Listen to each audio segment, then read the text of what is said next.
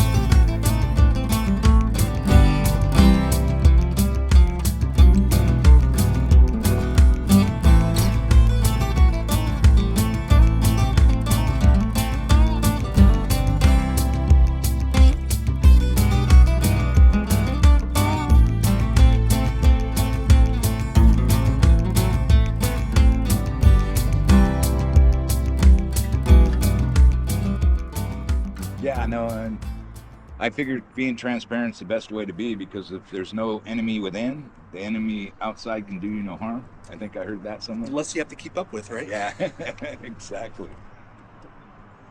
Plus, squeaky wheel gets the grease. So if you don't tell somebody what's going on, how are they ever going to help you find the answer to it?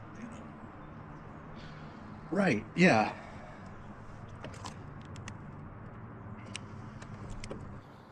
What are we All talking right, about? so we're here with Ray.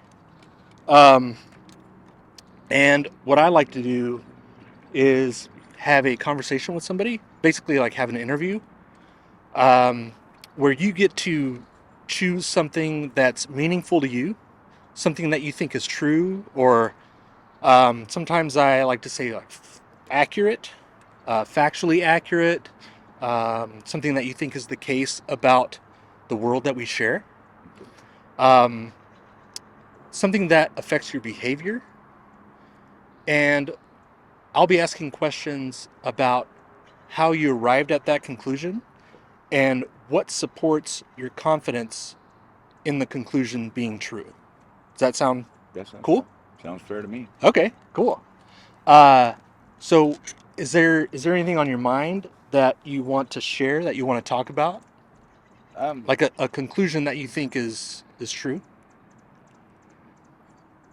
I think that I like that quantum physics part. How Quantum physics? Yeah, well, I don't know a lot about it, but I've been very intrigued in learning more about how everything is energy, and actually we're all connected, and that a collective can share help and resources. I've been listening to a lot of Joe Dispenza, who's quantum physics, and he does a lot of this mind healing, and how our chemicals, affect our moods and the way we move forward in our lives. That's always been very interesting to me. Like, Mind healing? yeah. So he has this seminar that he does, and he's wrote several books. Very impressive um, guy, and he's done Breaking the Habit of Being Yourself, Becoming Supernatural, and You Are the Placebo. But he has stories where he brought groups together and come in, and during his presentations or their week-long um, work groups, they have literally healed themselves Hmm. and created new realities for themselves. From people regaining their sight, to being able to walk again, to eliminating tumors and different things in our body. He talks about how a gazelle or is going to be chased by a lion, and boy, they take off and they're in that stress mode, fight or flight. And so once it runs and that lion doesn't catch it, 5 minutes, 15 minutes later, that deer goes back to eating and grazing and being calm again. But us as humans, we can literally do the stress release thing with our minds. And, our minds can't tell the difference between something that we imagined and something that's actually happened. And so we become this space of unconscious actions and responses that we've gained over our lives. Um, and as we release these different endorphins and chemicals from these different experiences, then we're literally making ourselves sick. But we also can release the things that would heal ourselves. And so as somebody who's lost my left lung, I've been very interested in that meditation, how to connect with that source energy, and how to go through the process of letting my body heal itself. For the longest time, I was on a lot of pills. The pharmaceutical companies don't create cures; they create customers, and so I believe that everything we need is inside us. But as a culture, as a race, as a world, we have left that, and we've lost contact with that. That process of self-healing, and where source energy is within ourselves, and the different spots in the chakra and how to access that. I think that that's a very interesting subject, is how do we get back as a culture to come together as one, and then share that, learn it and share it and grow from it. They say knowledge is power, but no, knowledge is just information unless it's applied and shared. And so how do we get that knowledge, and then how do we apply it in our own lives? Okay. Maybe I can put this in a nutshell, and you can tell me if it's accurate or not. Based on your understandings of ideas like quantum physics and energy, and how we share it, would you say that a mind can affect external reality? I would say yes. I think that is very factual. The way we see things is in direct reflection with how we think about our situation. And so when you change the way you look at things, the things you're looking at change. And so are you noticing all the beauty in the world, or are you noticing all the harm and things that are going on? Our televisions, news, social media presents this picture of this terribleness. But are you living in a world that's a hostile world, or are you living in a friendly world? And are you noticing all the good things? I like to focus on that good aspect.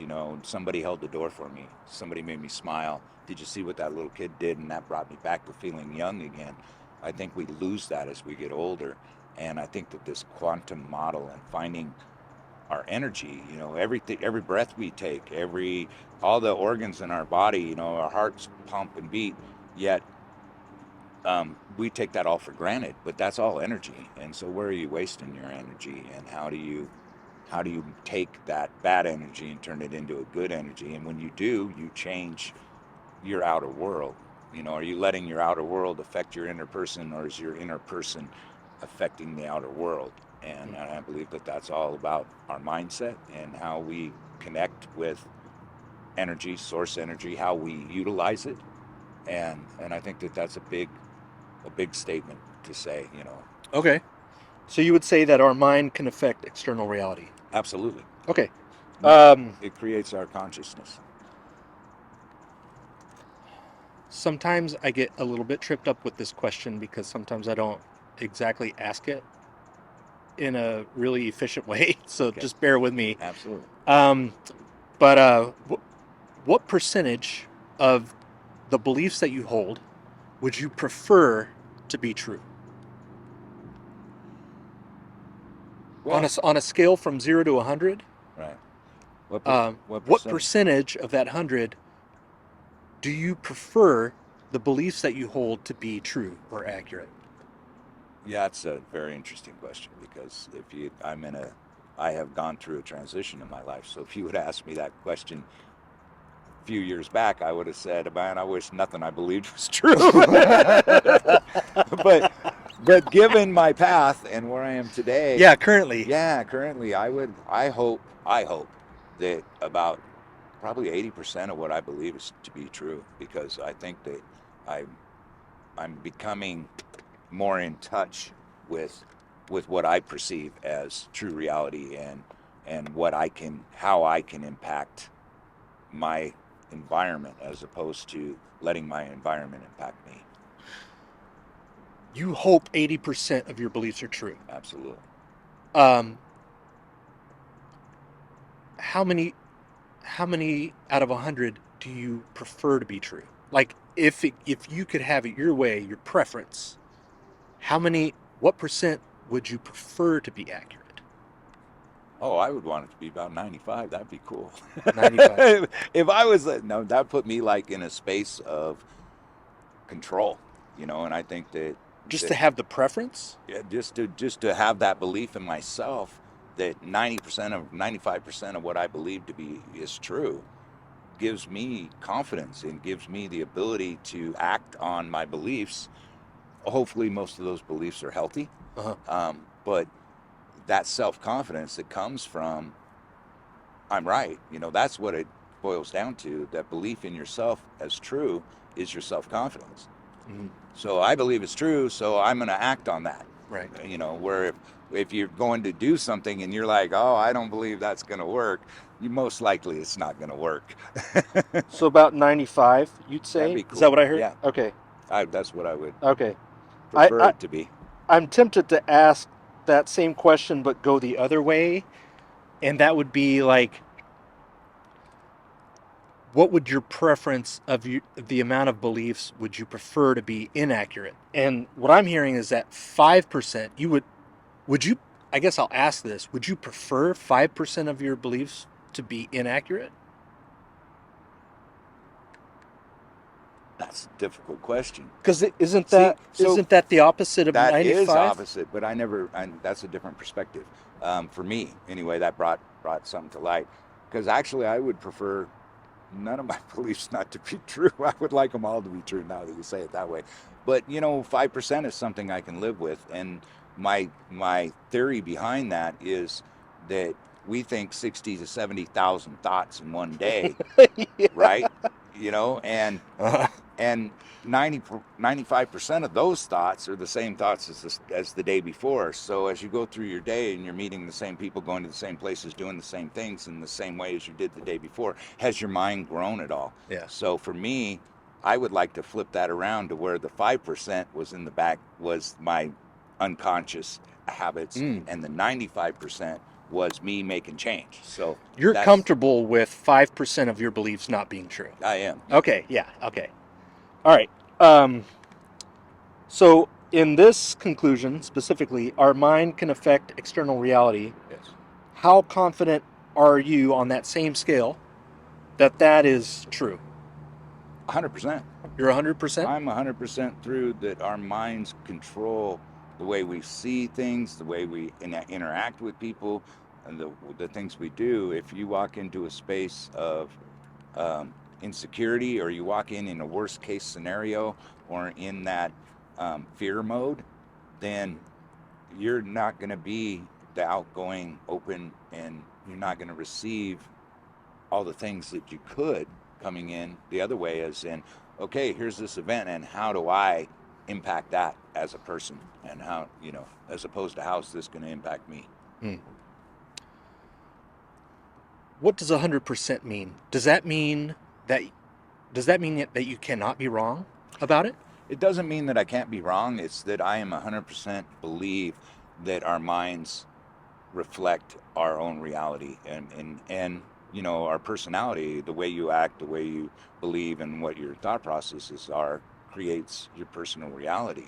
So if you come in and you have control over that, then that gives you the ability to come into a space and make change, or be the change. If you have the opportunity when somebody upsets you to say, oh, well, that's an interesting way of looking at that, and as opposed to going, no, you're effing wrong, and I'm not even open to have that discussion. Mm-hmm. So we have the opportunity when something happens to us to how we react to that. And so I think to have that, that's our minds controlling, are you Are you always reacting, or are you creating? So This might seem like a weird question. I like Um, questions. Good. On that same scale, Mhm. how confident are you that when I let go of this marker, it'll fall to the whiteboard? 100%. 100 also? Yeah. Okay. Okay. Um, Well, if you're holding it directly over the top of it, that is. yeah, yeah. It's not supposed to be like a trick question or Okay. anything.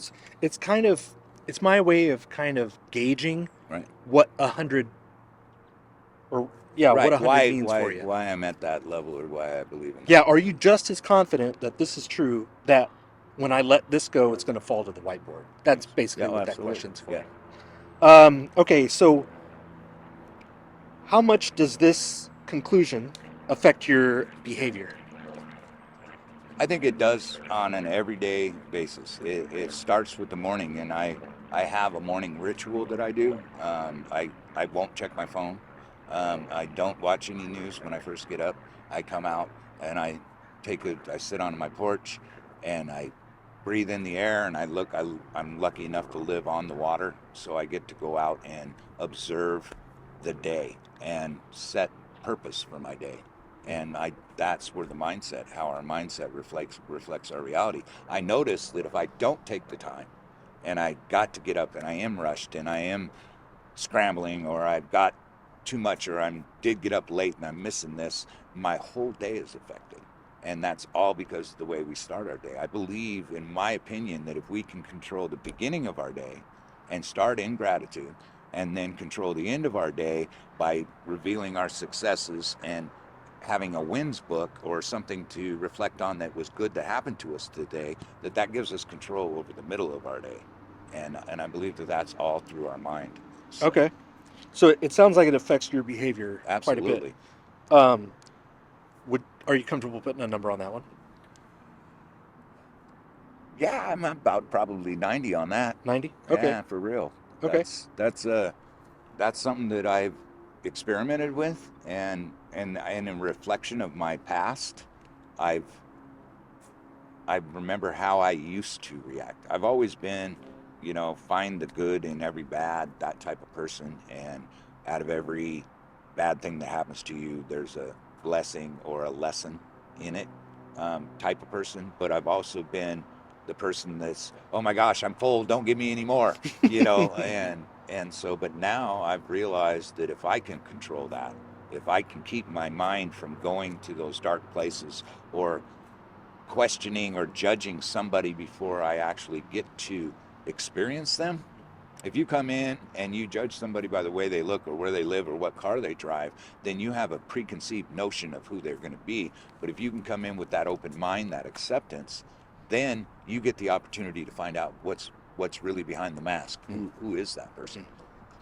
So you control your mind, and your mindset affects like the rituals that you do that affect the rest of your behavior throughout the day. Absolutely, yes. Okay. And I think that it's very important that we become aware of our subconscious or unconscious habits that we do, and then change those. I mean, if it's a negative factor that is affecting your life, you got to be aware of that. And I think that that's something that's very difficult for the normal person to do, that isn't open to this kind of a thought process, because they expect their day to be this way. They go to the same job, they do the same thing, and many people live in a world of reaction, where it's just, I have a bill to pay, I have to go to work, I have to do this, and this is the job that I've accepted, as opposed to, this is where I want to be, and this is where I want to go, and this is what I want to do. And we're one Google search away from a life-changing thing, but we have to change the way we look at that first.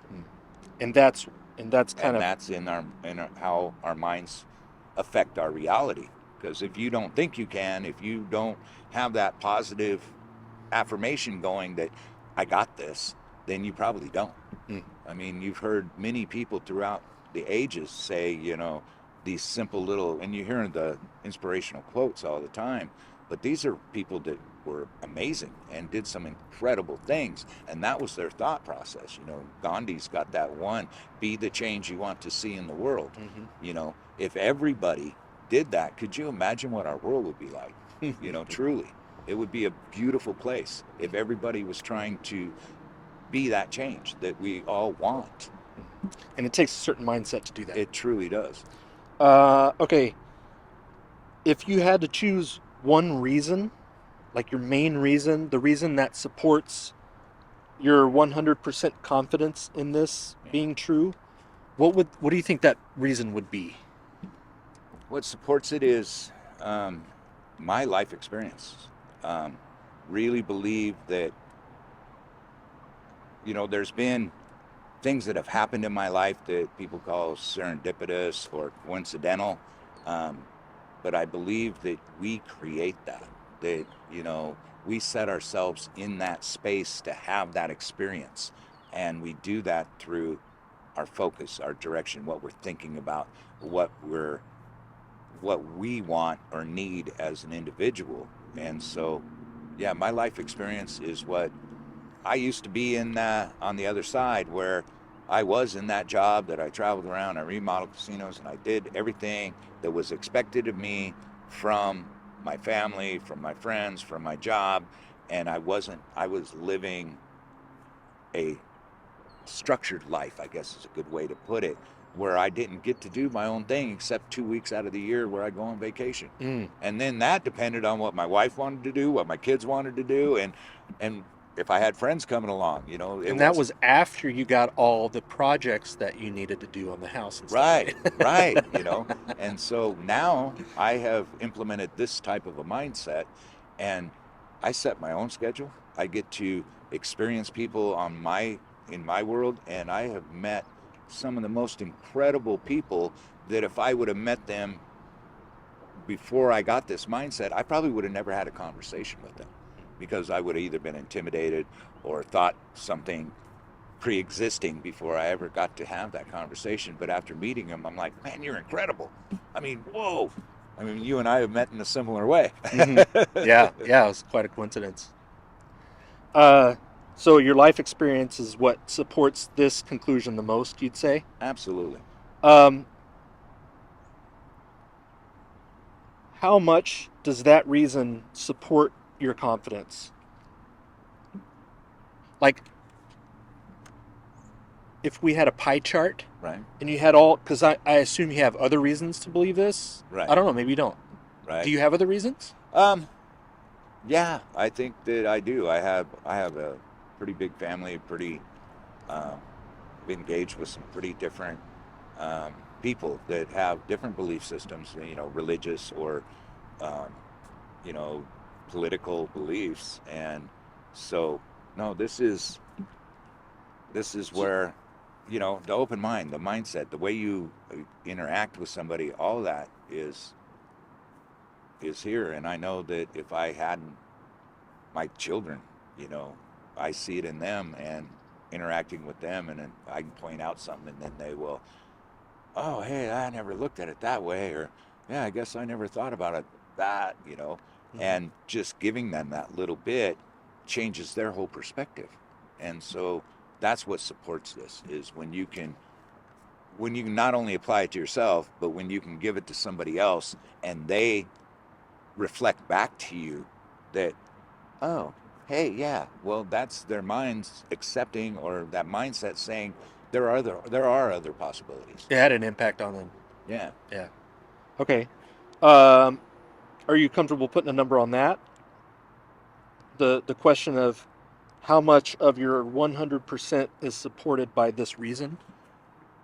You don't have to put a number on it. It just helps me kind of. Yeah, I would say that, lived experience, I'm feel like I'm staying on the very high end of this, but I truly believe this. This is something that I'm very almost passionate about, and I'm very excited to learn more about moving forward, because it has impacted me not only physically, emotionally, and personally, but I would have to go up in the 90s again, definitely. Okay, 90s. Because there's very few times that I have experienced something that I could not reflect to say, oh man, you spoke too quickly. Oh, you didn't handle that very well. And it really comes down to me and me being aware of who I am as a person, as opposed to who they are. And, we create our stuff through our own minds. Holding expectations for yourself is one thing. You should hold them very high, but to hold them for anyone else is useless because you have no control over that. So why have an expectation of them? But for me, I hold mine high, and I really practice what I preach in this. I really believe it's something that more people need to come into, to understand that we create our own personal reality, whatever that is, and we can change it at any point as long as we change the way we think about it and what direction we're placing our focus. Okay. Why is life experience a sufficient reason to be 100% confident in something? And not necessarily this, but just in general, Right. why is life experience a good reason? I believe that we can educate in the colleges and the schools and what have you, but until somebody personally experiences that and has that experience, I think that lived experience or life is the best educator any of us ever get. And being open that we're not always right, or that we can control the way we react to something, as opposed to allowing something else to make us react, is the biggest deal. So lived experience is not only the the biggest teacher, it's the biggest gift that we can share back with somebody else who may be in a similar situation or struggling with something that can be connected to or identified as in the same perspective. Um, so yeah, I think that lived experience is a huge, both an educator and a gift that can be returned. Okay. Your experiences, you feel like, have been the best teacher They, that you've had to arrive at yes. at other conclusions too. Right. Well, because when you go into schooling, they teach you. Well, now they've even changed the way they teach math. I mean, it's way different than when I learned it. So it is their perspective, and this is the way they're giving it to you. Somebody once told me, "How do you change history, or how long does it take to change history?" It's one generation. You eliminate the first generation, and then after that, you teach a whole new thing. And because there's nobody before that generation to justify or verify, then this generation has taught it to be true, and that is our belief system. And it's the same thing with our personal realities, or our mindset moving forward is, if we go to school, the school is going to teach you that way, and that's the way you learn. But life teaches you this is really what it's like out here, and we've gotten away from that. Unfortunately, the school used to teach cooking and sewing and all these life skills classes, and I remember doing tax returns in school. You did tax returns? In school. We never got to do that. Right. And so now they don't teach our young adults, young kids, to learn these life skills that are so missing, and they condition our culture or move toward this is what we're indoctrinating. And unfortunately, they get out into life and they experience the struggle of rent and bills. And I remember when I was a kid, I can't wait till I'm 18 and I can make my own choices and do my own things and pay my own bills. Now I'm 50 years old, I'm like, I'd like to go back about 16 and just enjoy that for a little longer. That would be nice. Not that I would go back, because everything I've experienced to this point has brought me to where I am today, and the lived experience from that has taught me how to be a better person. And that's why I think that we need that, and I think that's the best educator, and that's why I believe so highly in it. Got it. What's the likelihood that somebody could reach a conclusion that is not true and use the reason of life experience? Like, could somebody use this reason to arrive at a conclusion that's not accurate? I think that we're human, and people get very fixed on their beliefs. And so, yeah, I think it's probably 75% of the people could literally come to me and tell me you're a goofball. That ain't right. But um, that doesn't hurt my feelings at all. I think that, you can prove that anything with science. You can sell it, they can sell you anything with, oh, there's this reason and that reason and this, and they give you all the numbers and whys, but doesn't make it true. I mean, nobody's actually did it. Um, Einstein had that theory where you could go through and drop through different universes and different things.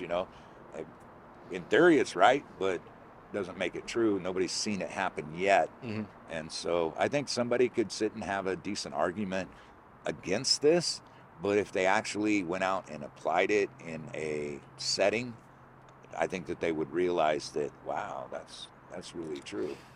I can try to rephrase it. If somebody arrived, so you were talking earlier about, your family had some certain views, like religious views or whatever. Mm-hmm. Um, could they use their life experience to support their belief in that kind of thing? Yeah, I think that they do, especially in religion, because you go to church every Sunday, because your family was that. You have, not to name any certain ones, but you got like Mormons that do what they do and they believe the way that they believe, but then you have the Catholics that are very rigid and structured and have done the same thing for so long, and yet both of them believe that theirs is the only right one. And it's not that it's not, it's that I don't, and I'm not sure I agree with either one. I think that um, religion is something that we accept for ourselves. But people who are very religious believe that theirs is the only way you're going to get there. And if they used Their life their lived experience, experiences, because would that's that be a good reason for them to use to arrive at their LDS their or right, being a Catholic right. or not being either one? Uh, Like, yeah, I think that as a society we get indoctrinated. I hate to use brainwash, but we literally, when you go into the military, you get the soldier mindset. When you're brought up Mormon and you experience that, then that's your lived experience confirming that that's a good way to go because your family's doing good, because you've done good, because good things are happening, and you tend to relate that with your religion or your space. okay, so I guess the question is, let's we can completely do this hypothetically. Let's say that you don't believe that the Mormon faith is true. Okay. Let's and you don't have to say whether you do or not. This is just for a Right. hypothetical experiment. Let's say that you're convinced that that's not true, and somebody used life experience as a reason to support their belief that it is true, and they were 100% confident in it. Would that still be a good reason for them to use, to have that much support in it? Right. I think that, yeah, that at that point it becomes very personal for them, and they would they would they would literally argue with you or um, be very adamant about the way that they would project their beliefs on that. And I think that that's very valid for them because that's what they've known as an individual. And so, yeah, I think that Does that make it true though? I guess is it makes it true to them. And so every individual has his own structure of truth, and what they are going to allow their belief to be true. So yeah, it would be hard to argue with them about that because they would be very convinced of, yes, I am right. And you know what? I lived it. I was there. I saw it. There was this event, and that's why. And so they would be able to reflect, justify, and move that forward. So in their mind, yes, they could be 100% true, and because I don't agree with it, does not make them wrong.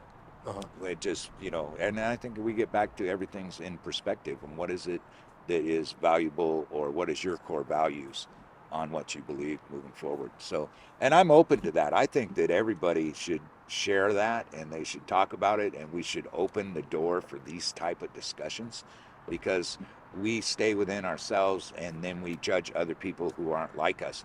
But if we could have this mutual conversation of, well, that's valid, but here's what happened to me, and this is the way I believe it, and then how can we at least appreciate somebody else's perspective, we could change a lot of things in this world. Yeah. If I were to want to know what's true, would life experience, like true, not dependent of everybody's perspective, but just like what's actually accurate, Right. what's true about the world that we share. If I wanted to know that, would you recommend I use life experience as reasons to come to conclusions? I think you would have to go beyond just your own lived experience. I think you would have to reach out and do some research, listen to some other perspectives, visit some other churches, and get that view, to have that individual or separate, innocent perspective coming in to, make that judgment. So I would think of that. Okay. Do you have time for just a couple more questions? Absolutely. Okay, cool. Is there a way that we could test this conclusion? How our That minds. our mind can affect external reality?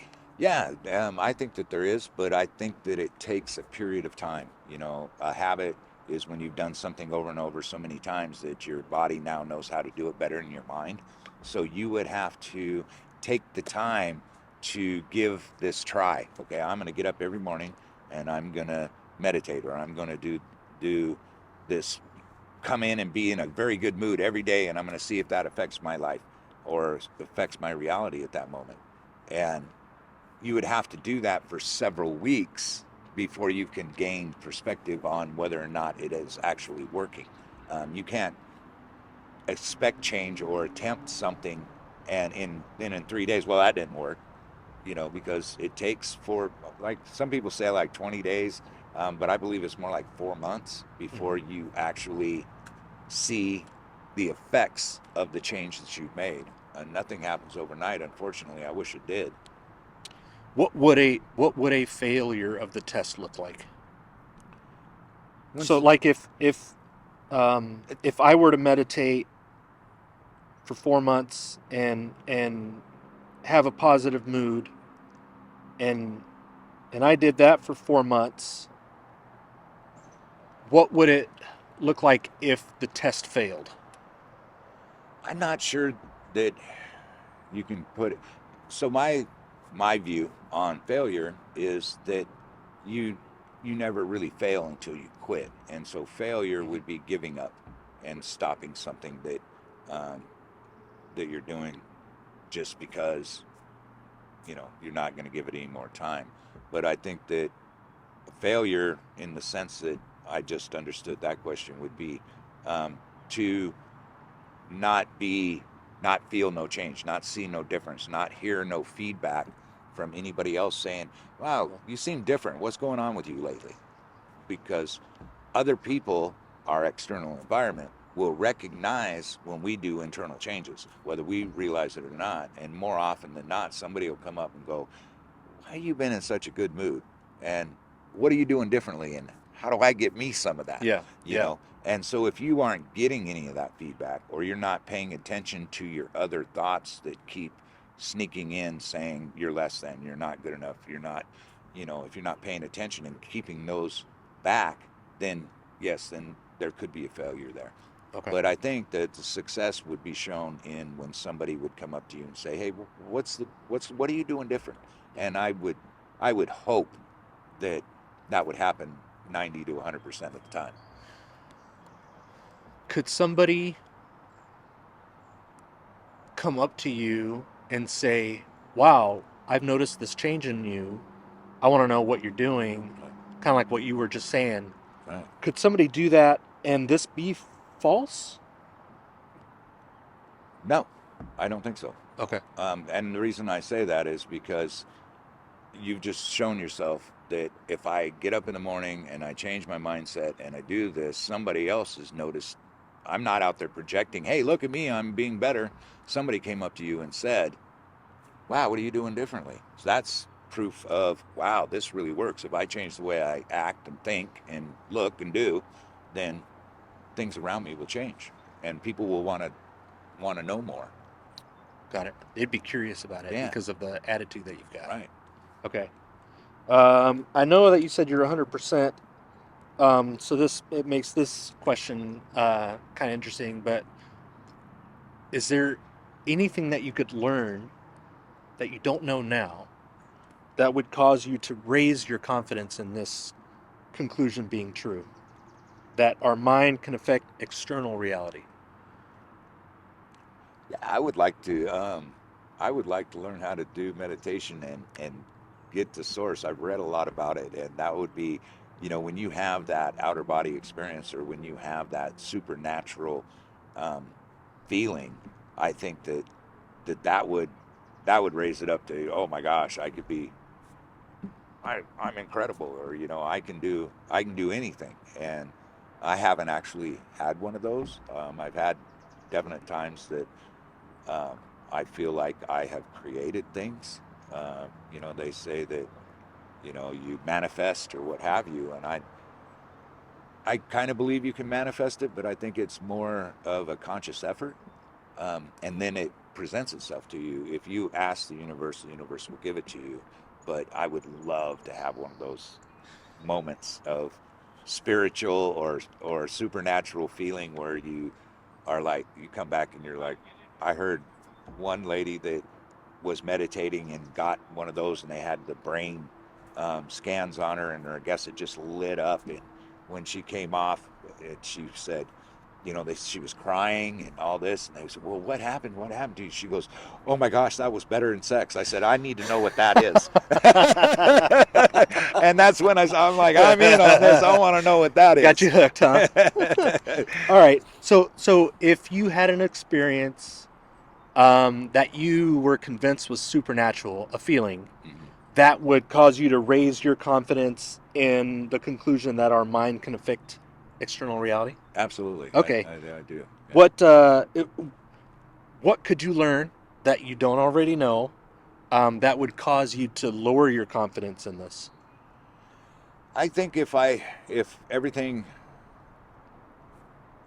just like dropped and fell apart, if I lost my confidence, and I was still practicing this, then I would be like, yeah, no, maybe not.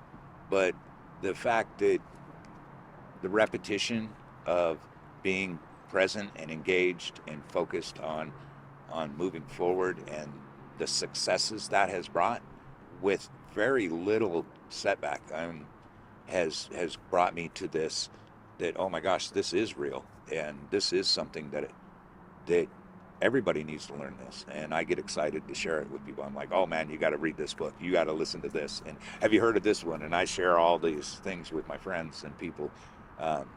But I think that if it ever just fell out, and one day I woke up and it was, you're evicted, this is bad, you can't do this, you're out, and somebody's suing me, and it all happened at once, then I'd be like, well, that fell apart. Okay, maybe I was wrong. And that would make me want to rethink my values on it. So Okay. So it sounds like you have ways to tell if this was not true. yeah, I do believe, and I've seen, like I was telling you, with my getting up and being rushed or pushed, or in this space of focusing on, oh, I didn't get that call out, I didn't get this email, oh my gosh, they never got back to me, as opposed to, oh, I got that done and this was finished, and oh well, that took care of itself, so I don't got to worry about that tomorrow. That kind of a mindset. And when I'm in that scatter mode, where I don't take the time to prep my day, set purpose for my day seems to fall apart. And then when I look at my thing at the end of the day, I have very few things to check off on my to-do list, and I don't notice the wins list of, oh, you held the door for somebody, that lady said thank you, all the kind things that happen to us during our day that we don't really pay attention to sometimes. And to be in the present moment and aware that when you help a blind person across the street, you get this great feeling. It's not as much, it is for them, but it's as much for you that you got to do that. And it gives you this internal, oh, that was good. You did good, Ray. Good job. And gives you that chance to pat yourself a little bit. And Got so, it. Okay. I think this is my last question. Um, so the conclusion: our mind can affect external reality. Does that require any action, or can the mind affect external reality without taking any action?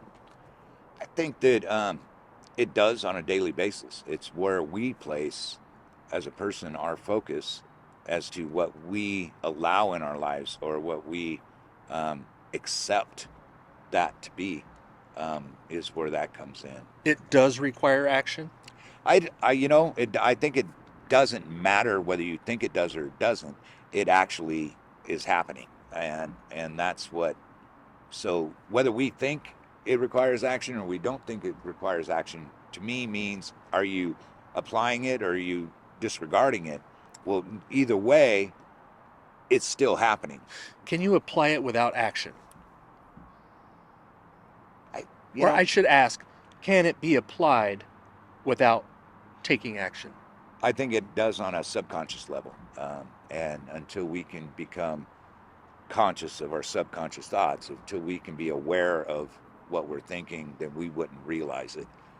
So yes, it can happen, but no, I think that it requires an action, and it has to be. We have to make that attempt to move toward that direction, and be conscious of, this is the direction I want to go. Okay. Okay. Um, I hope that answered that. I I'm gonna try to get a little bit more clarity. Okay.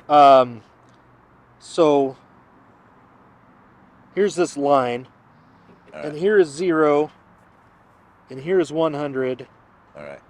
and the further we go to this line, Right. this way, that's how much more you think it requires action. And this is how little action is required for our mind to affect external reality. So where would you put yourself on this line I would. in terms of, in relation to this conclusion, as far as how much action it requires for it to happen? I think I would use awareness as opposed to action. I mean, you have to be consciously aware of the way you're thinking and what you're doing, and then that you want that, to actually recognize that it's happening. That's back to that. Are we causing an effect, or are we living by cause and effect? Are we reacting to everything that's happening to us, or are we creating something? And so the more you move toward the 100, the more action you're taking, and being in your present moment, and applying the theories behind it. The less you do, the more you're moving into reactive mode and less than. I believe that these actions are always happening in our mind, and how do we get out of our subconscious and into our prefrontal cortex, where is our creative and that mind, to where we can actually engage and make the change. And so I believe it's always happening. If you apply it and move toward it, the more you apply it, the more you'll see it. The less, then you're in a reactive mode, to where it is still happening and you're still creating this miserable, bad, effective stuff, but you're not paying attention to it. Okay. So like the actions are happening even subconsciously, Right.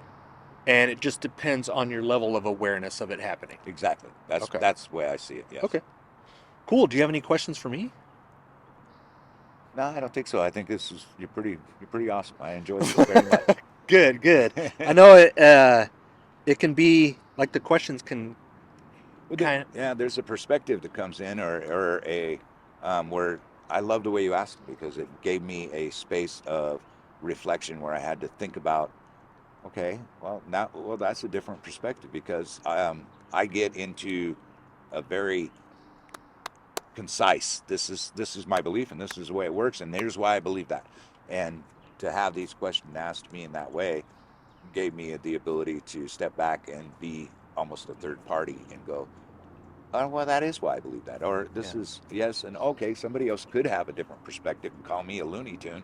Um, And use the same reasons. and use the same reason. And religion is a perfect example of that, because you got the same belief in a higher power or being, yet this one doesn't believe that one's going to get there. And how do we figure out which one, if either one of them is Right. correct? You know, I think that the Bible is the best self-help book that's ever written, but it was written in a way that it's very interpretive. And so, how do you take those examples and put them into everyday life? You know, that Norman Vincent Peale, The Power of Positive Thought or Positive Thinking. You read that book, and it's very religious, but it's all the power of positive thinking. Yet he reflects it all into the Bible.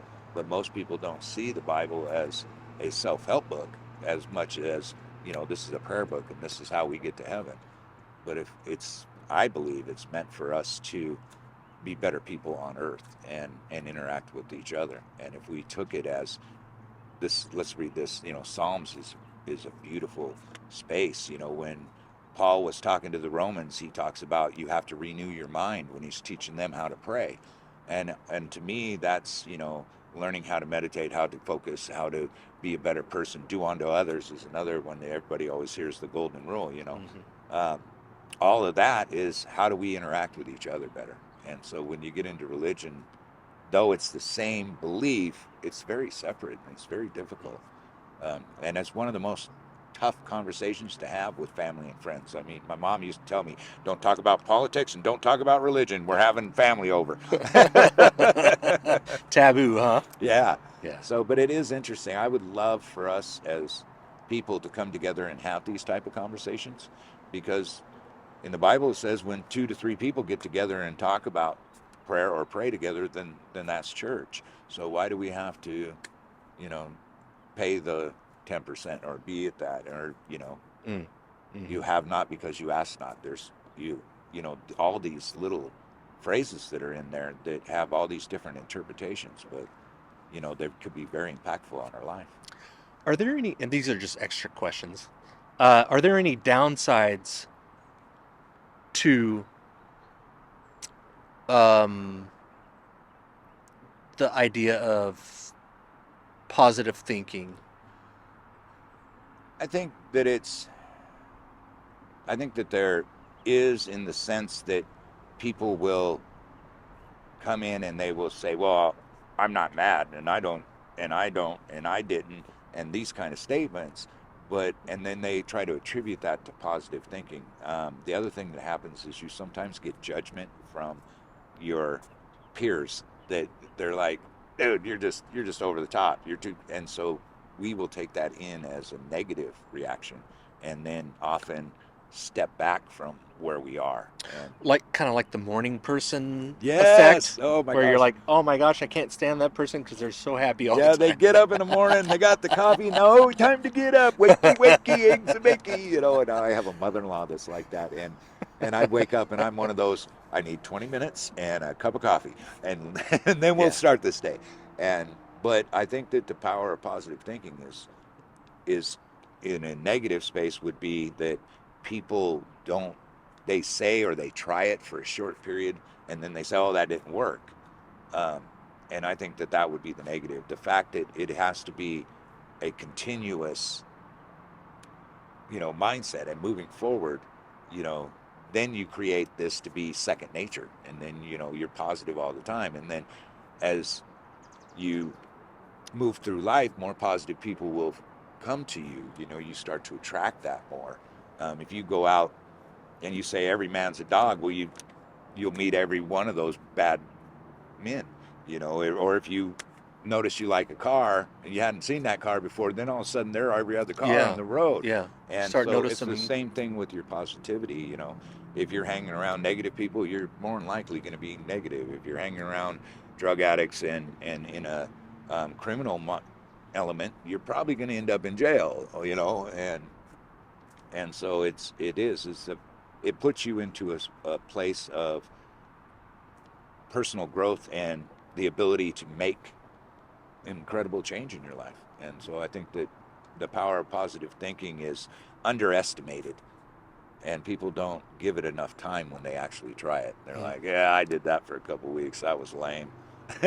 Everybody made fun of me, you know. But that's what the problem is right now, is that we are more concerned with what somebody else thinks as opposed to what do we think about ourselves and what are our core values and how do we live to them. And the goals we're setting, are they in line with our core values? Because if they're not, then why are you setting that goal? Because you honestly don't believe it inside. So, Well, cool. This is great. I'm really glad that we were able to get together me too. and talk about this. It's been awesome. So, really appreciate it. Yeah. Get a hold of me if you want to have another chat. Oh, I do. And I think maybe we can get you up for some oysters or something. Come on out. That'd be cool. Yeah, that sounds awesome. And maybe we can have a chat with the Hood Canal in the background. That would be cool. Yeah, that would be nice. I'd love it. We got some beautiful lakes up there too. So that'd be cool. Cool. Yeah. Awesome. All right. Well, this has been fun. Absolutely. I actually really, really enjoyed it. And I was super nervous. I was like, oh God, what am I doing, Lord? Are you ready for this? We're about to go. It's really coming down.